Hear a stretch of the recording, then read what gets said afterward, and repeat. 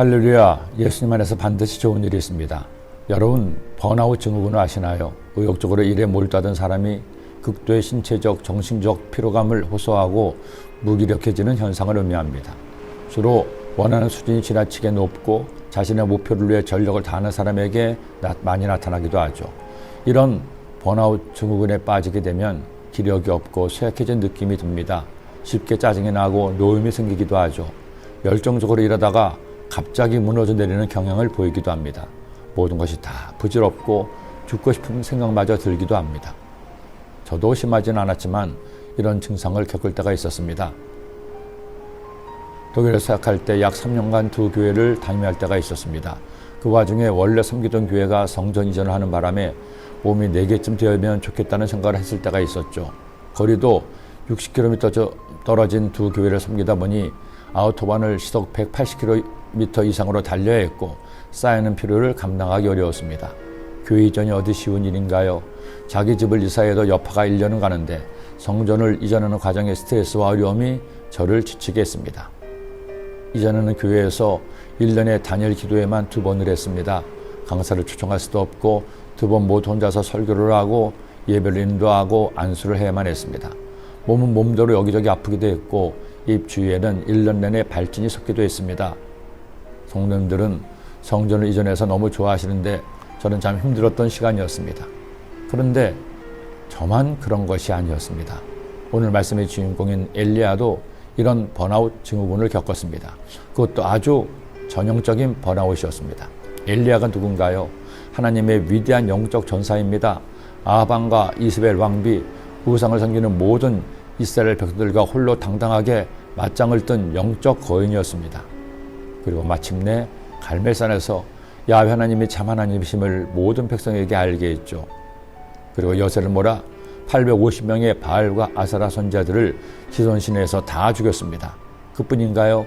그가 기도하자 3년 동안이나 내리지 않던 비가 하늘에서 쏟아졌습니다. 하늘에서 불을 내리고 비를 내리게 하는 엘리야의 그날은 그의 인생에서 가장 극적인 승리를 거둔 날이었습니다. 그런데 그런 그에게 다가온 현실은 너무나 매몰찼습니다. 우상의 선지자들을 죽였다는 소식을 들은 이세벨 왕비는 엘리야를 죽이려고 군대를 보냅니다. 그리고 먼저 사신을 엘리야에게 보내 그를 죽이겠다는 통보를 하죠. 이 소식이 그만 엘리야를 번아웃되게 했습니다. 끈질기게 붙들고 있던 줄이 퉁 하고 끊어지듯 희망의 줄이 끊어지고 만 것입니다. 그는 소식을 듣자마자 황급히 도망을 칩니다.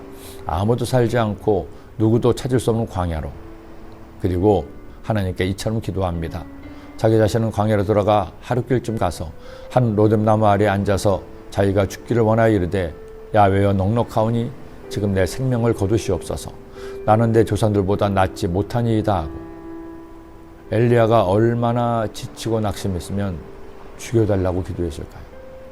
하나님은 이처럼 지치고 절망한 엘리야를 만져주십니다. 그의 상한 마음을 고쳐주시죠.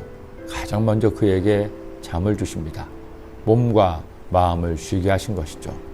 그리고 천사를 보내 그를 깨우고 그에게 먹을 것을 주십니다. 또 잠을 자게 하십니다. 실제 번아웃 증후군에 빠졌을 때 심리학자들이 말하는 치료요법을 이미 2700년 전에 하나님께서 그대로 쓰신 겁니다. 번아웃의 최고의 치료법은 하던 일을 내려놓고 충분히 쉬고 누군가와 대화를 통해 지친 마음을 회복시키는 것인데 하나님께서 그렇게 엘리야를 치료하신 겁니다. 엘리야를 충분히 쉬게 하신 하나님은 그를 호렙산으로 보내십니다. 모든 것을 내려놓고 여행을 떠나게 하신 것이었죠. 그리고 호렙산에서 그와 대화하시며 그의 마음을 회복시켜 주셨습니다. 여러분 얼마나 멋진 하나님이신가요? 우리도 때로 엘리야와 같이 번아웃 될 때가 있습니다. 열심히 노력했음에도 성과는 보이지 않고 내 수고와 노력이 다 쓸데없인 것 같은 생각이 듭니다. 심지어 하나님조차도 나를 외면하신다는 생각도 들죠. 그때 주님을 떠나지 마세요. 엘리야처럼 힘들다고 속상하다고 살려달라고 기도하세요. 그때 주님이 여러분을 만져주실 겁니다. 쉼을 주실 것입니다. 다시 회복시켜 주십니다. 저 역시 힘들었던 그 시절 성전을 이전한 지 4개월쯤 지났을 때 제가 많이 힘들어 보였는지 장로님들이 아무리 바쁘더라도 한 주간 이러시라는 말씀에 한 주간 꿀 같은 휴식을 취했습니다.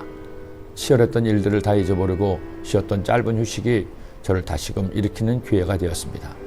여러분 힘드시나요? 여러분의 로뎀 나무를 찾으세요. 그리고 주님께 말씀드리세요. 나 좀 쉬게 해달라고, 나를 살려달라고 기도드립니다. 하나님 아버지, 주를 위해서 충성했던 엘리야가 어느 날 큰 충격을 받고 낙심하고 절망했습니다. 하지만 그 절망의 와중에도 주님을 찾은 엘리야를 주님께서는 만나주시고 쉼을 주시고 안식케 하시고 평안을 주시며 만나주심을 감사합니다.